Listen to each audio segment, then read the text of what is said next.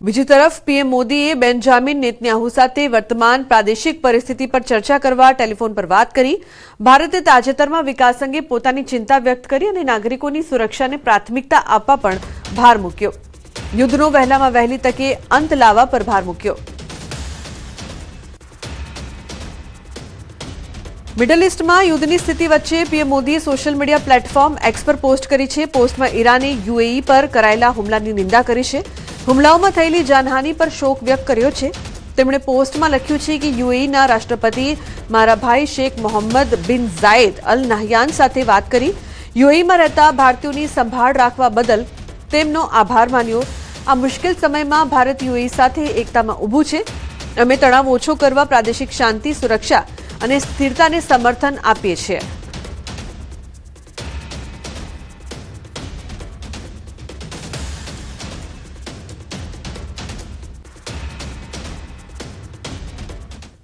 अन्य समाचार अमरेली ट्रक और बाइक वच्चे अकस्मात લીલિયા नजीक अकस्मात में 3 मौत थया छे। मृतकों में 2 युवान तेमज 6 वर्षना मासूम बाळकनो समावेश। भयानक अकस्मातना पगले मोटी संख्या में लोग घटनास्थळे भेगा थया।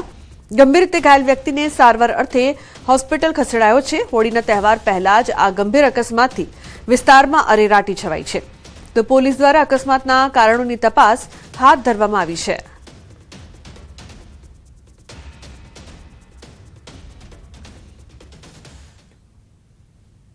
अन्य समाचार सूरत थी बीआरटीएस रूट में दौड़ता बेफाम वाहनों खानगी वाहनों बीआरटीएस रूट में अकस्मात।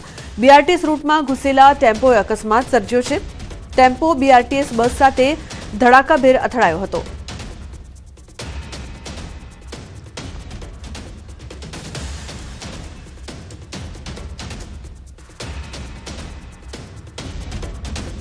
तो टेम्पो बीआरटीएस बस साथे धड़ाकाभेर અથડાયો હતો। सूरतમાં बीआरटीएस रूटમાં દોડતા બેફામ વાહનો અકસ્માત અવારનવાર અહીં થઈ રહ્યા છે અને આ અકસ્માતના દ્રશ્યો ખાનગી વાહનોનો બીઆરટીએસ રૂટમાં અકસ્માત થયો છે।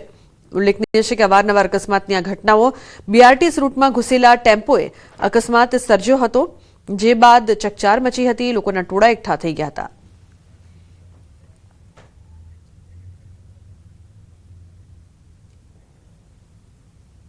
રાજકોટના જેતપુરથી માતા પિતા માટે લાલબત્તી સમાન કિસ્સો સામે આવ્યો છે। 3 વર્ષની માસૂમ બાળકી અમાયરા રમતા રમતા 5 રૂપિયાનો સિક્કો ગળી ગઈ।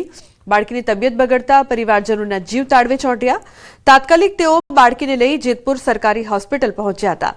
તો હોસ્પિટલમાં ફરજ પરના તબીબોએ બાળકીની તપાસ શરૂ કરી। સિક્કો શરીરના કયા ભાગમાં અટવાયો છે તે જાણવા માટે એક્સરે કરવામાં આવ્યું અને રિપોર્ટના આધારે યોગ્ય સારવાર આપવામાં આવી। આ બનાવ તમામ વાલીઓ માટે બોધપાઠ સમાન છે કે નાના બાળકોને સિક્કા કે મોઢામાં નાખી શકે તેવી નાની વસ્તુઓથી દૂર રાખવી અત્યંત જરૂરી છે।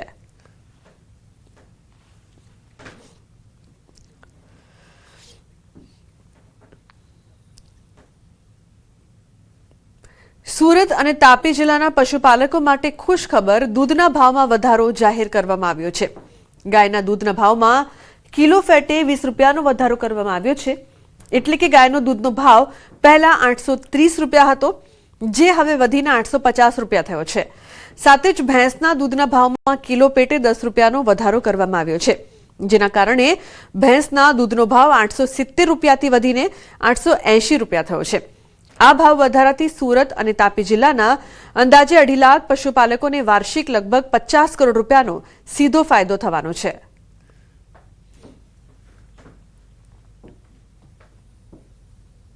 दूध અને ખાસ કરીને ભેંસ અને ગાયના દૂધના ભાવમાં વધારો કરવામાં આવ્યો છે। ઘાસચારો ખૂબ જ મોંઘો થયો છે। ઉત્પાદન ખર્ચો જે દૂધનો વધ્યો છે, એવા સમયે જે આ દૂધનો વધારો છે, ભાવનો વધારો છે, એને કારણે પશુપાલકોમાં ખૂબ જ નાગરિકો છે અને આને કારણે આવનાર દિવસોમાં દૂધ ઉત્પાદનને ખૂબ જ મોટો વેગ મળવાનો છે। ડાકોર તરફ ઉમટ્યું ભક્તોનું ઘોડાપુર। રણછોડરાય મંદિરના આકાશી દ્રશ્યો ફાગણી પૂનમની પૂર્વ સંધ્યાએ રંગબેરંગી રોશનીથી ઝગમગી ઉઠ્યું ડાકોર મંદિર। બદલાતી વાદળી, લાલ, લીલા અને ગુલાબી રંગની ડાયનેમિક લાઇટ્સથી મંદિરનું શિખર ઝળહળ્યું। ડ્રોન કેમેરામાં कैद થઈ રાજા રણછોડના ભવ્ય દરબારની દિવ્ય આભા। મંદિર પરિસરમાંથી આકાશ તરફ ફેંકાતા લેસર બીમ અને સ્પોટ્સ લાઇટ્સે સર્જ્યો નયનરમ્ય નજારો। તો રોશનીથી ઝળહળતા મંદિરમાં ચોકમાં મોડી રાત્રે પણ દર્શનાર્થીઓનું મહેરામણ ઉમટ્યું હતું. તો રણછોડરાય મંદિરના આકાશી દ્રશ્યો સામે આવ્યા છે. ડાકોર તરફ ભક્તોનું ઘોડાપૂર ઉમટ્યું છે. તો રંગબેરંગી રોશનીથી ઝગમગી ઉઠ્યું છે ડાકોર મંદિર, જેનો નયનરમ્ય નજારો આપ જોઈ રહ્યા છો. ડ્રોન જે દ્રશ્યો આપ જોઈ રહ્યા છો રણછોડરાય મંદિરના, મોટી સંખ્યામાં ભક્તો પણ ખાસ આવી રહ્યા છે. ડાકોર તરફ ઉમટ્યું છે ભક્તોનું ઘોડાપૂર અને અનેરો ઉલ્લાસ છે, અનેરો ઉત્સાહ છે. રંગબેરંગી રોશનીથી ડાકોર મંદિર છે તે ઝગમગી ઉઠ્યું છે. તો મોટી સંખ્યામાં જે શ્રદ્ધાળુઓ છે તે પગપાળા પણ પહોંચી રહ્યા છે. ત્યારે ડાકોરની જે સુંદરતા છે તે આપ જોઈ રહ્યા છો દ્રશ્યોમાં. ડ્રોન નજારો છે, આકાશી દ્રશ્યો છે, રંગબેરંગી રોશનીથી કઈ રીતે ડાકોર મંદિર ઝગમગી ઉઠ્યું છે તેનો અદ્ભુત નજારો સામે આવ્યો છે. તો રણછોડરાય મંદિરના આકાશી દ્રશ્યો. ઉમંગ જોડાયા છે વધુ માહિતી આપવા માટે. ઉમંગ, શું વધુ વિગત સમગ્ર મામલે? હેલો, બિલકુલ ચોક્કસ વાત કરું જે પ્રકારે ડાકોરની અંદર ફાગણી ઉત્સવ જે અત્યારે ઉજવવામાં આવી રહ્યો છે તેની અંદર ગુજરાતભરમાંથી લાખો ભક્તો આવતા હોય છે. જે સમગ્ર મંદિર પરિસર છે તે અલગ અલગ વસ્તુથી અત્યારે જરૂરી છે. મહત્વની વાત કરવામાં આવે તો મંદિર પરિસરને અલગ અલગ કલરની લાલ, લીલી, અલગ અલગ જે સારી લાઇટો છે, ટેકનોલોજી લાઇટનો ઉપયોગ કરી અને સમગ્ર મંદિર પરિસરને શણગારવામાં આવ્યું છે.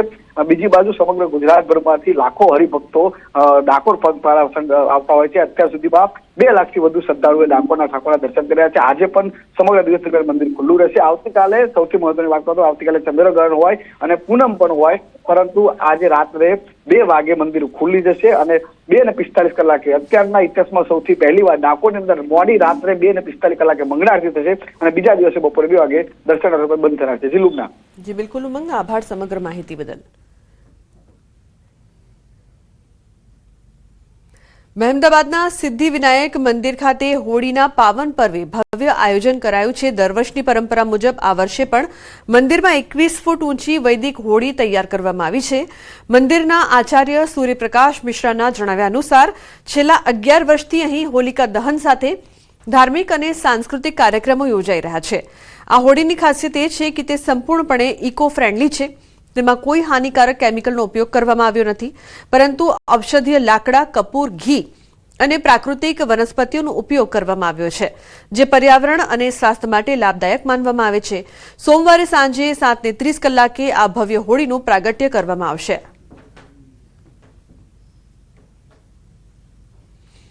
श्री सिद्धिविनायक देवस्थान देवनगरी मेहमदाबाद में लगभग 11 वर्ष से हम होलिका दहन या सभी सांस्कृतिक कार्यक्रम हम मनाते हैं. यहाँ भी 21 फुट की होलिका दहन का एक भव्य आयोजन किया गया है, जो कि 7:30 बजे को होलिका दहन का प्रागट्य उत्सव मनाया जाएगा.